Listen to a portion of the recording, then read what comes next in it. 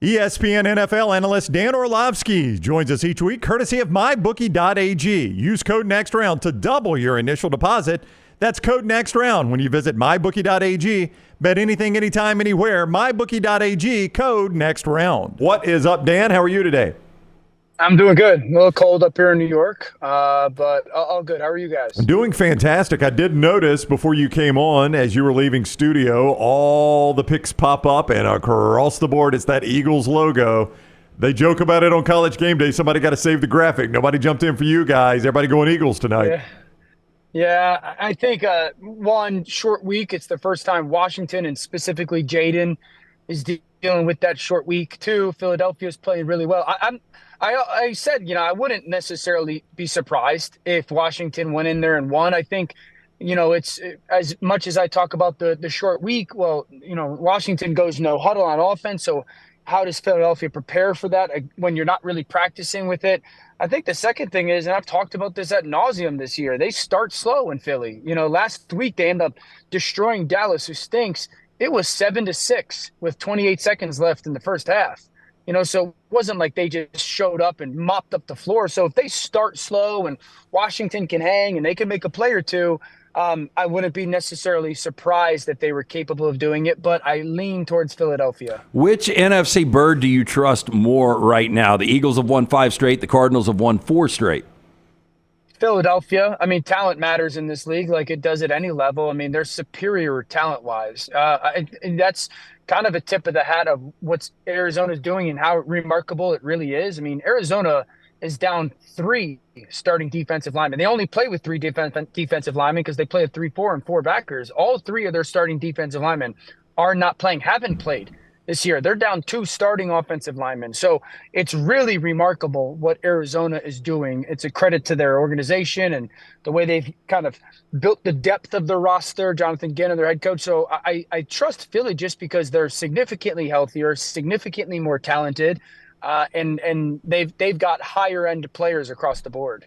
Alabama fans, his favorite analyst after this weekend, the win down You're in Baton welcome, Rouge. Guys. I did that for you. He redeemed himself, did he not? Dan Orlovsky is with us here on the show. Listen, Jalen Hurts, it seems like it's like whichever direction the wind's blowing. Some people think he's a really good NFL quarterback, and at one point last year it seemed like people were saying he's part of the problem.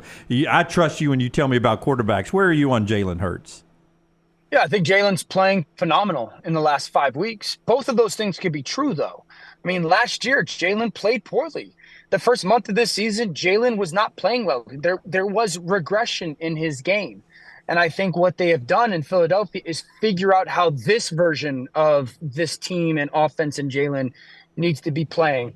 I talked about this morning. I think Kellen Moore, the play caller, wants to break the record for most rushing attempts in a season. It feels like, for the record is like 680 in 1977. They're on track for like 620 this year in Philadelphia. So they're running the football a ton. They're creating a ton of one-on-one matchups, and they're saying, Jalen, we're going to work one-on-ones. We're going to use a ton of play action. We're going to take our shots downfield. You got to make them now. Everyone's raving about Russell Wilson and the way that he's thrown the deep ball and thrown the ball downfield. Jalen's been just as good. So I think Jalen, this version, is playing at an incredibly high level. He's top 5, top 7 quarterback the last month of football. And so I think that I lean on the version that we saw in 22 and specifically in the Super Bowl. I don't know if he ever gets to that. I mean, that was freaking remarkable. And I don't think he's the guy that was last year, back half, and the start of this season. I think he's probably closer to kind of what we've seen in the last month. More than likely, Jayden Daniels will be your rookie of the year. If they would have flipped picks and Caleb Williams would have gone to Washington and Jayden Daniels goes to Chicago, what does it look like? It's always a fun question and kind of exercise. I think Jayden would be playing significantly better than Caleb. I don't think Caleb would be playing to the level that Jayden is. Again, I would have taken Jayden if I was Chicago. I had said that, and because of, I think, the 2 things that he does better, he's got faster eyes and he's got better ball placement. Those are two things that transfer over on a long-term basis in this league. So the problems with Caleb holding on to the football, a little bit slower eyes, not getting through stuff as fast. And then, he's had more misses than he should and trying to be perfect where, Jayden doesn't. So I don't think that Caleb would be playing as poorly as he is in Washington, but I don't think he would be doing what Jayden's doing now. Dan Orlovsky is with us. He is with us on the JohnstonRVCenter.com hotline. He joins us each week courtesy of MyBookie.ag. Code NEXTROUND. When you sign on at MyBookie.ag, you make your initial deposit with code NEXTROUND. They double that deposit. Bet anything, anytime, anywhere with MyBookie.ag. 1 week ago at almost this very moment, I said to you, Dan, I've predicted that Denver is going to be the first team to beat the Kansas City Chiefs. Of course, Kansas City blocks a field goal to prevent that from happening. You see that all the time in the NFL, don't you? So this week, it's the Bills. Trust me, I'd rather see any of the 30 other teams beat the Chiefs than the Bills. But I think the Bills do it this weekend. Am I right or am I wrong? I would disagree on it. If you told me the Bills were fully healthy, I'd feel a lot better on it. But, with the expectation of no Keon Coleman, Amari Cooper still up in the air, probably no Dalton Kincaid. Those are some significant hits to an offense in Buffalo. And so if you had told me they were healthy, I would lean a little bit more towards thinking that would be my pick. But I think because of those missing pieces on offense, I would take Kansas City. I think, everyone talked about last week and, oh my gosh, Denver's really good on defense.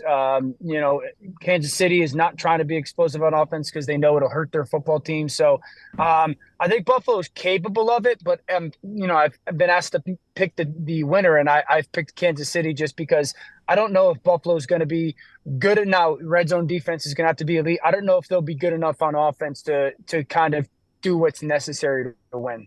Look, I know all 5 picks weren't Jared Goff's fault if you watch the game on Sunday night against the Texans. Yep.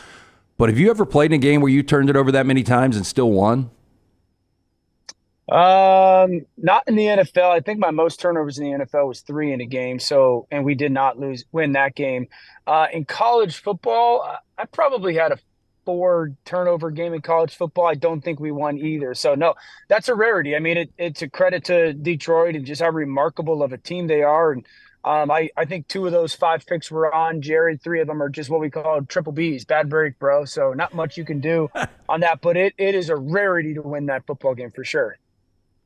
Yeah, it was the irony in that you throw that many interceptions, you win a game. I was just mesmerized on TV3 over here. It times out the replay from your morning shows on. Was that a Stephen A. gift pack of those socks? How does 2 grown men end up on the same ESPN set with the same pair of socks on?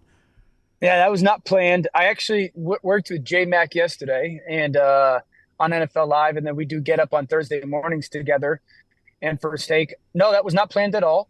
I actually wore the same socks on TV yesterday. I just wore them again today. No one noticed. So I don't know the likelihood of that happening, especially since I'm not in a black suit. I'm in a green suit, and they're black and white polka dot socks. But we pulled them off. Yeah, I just thought that was crazy. So I've done this for 30 years, so I know how it works. The headline says Aaron Rodgers expects to return, and then I read the quote.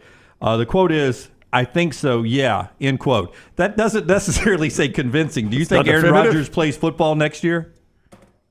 I do. I don't think all-time greats go out like this. I think, going back to the acquisition and, oh my gosh, and he's going to a place that is a quarterback away, and this is an unbelievable roster, and they're great expectations, and, everything falls flat on its face, and, you're a reason why. I just don't think an all-time great goes out like this. Now, could I see him playing somewhere other than New York? I could. I don't know if it's a done deal that he plays. I think it's even less likely that it's in New York. So I think Aaron, I could see him playing somewhere else.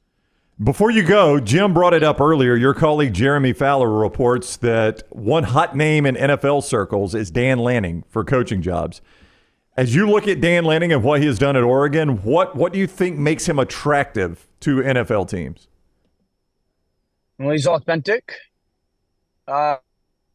People, I think he's got a no stone unturned youth, Nick Saban youth to him.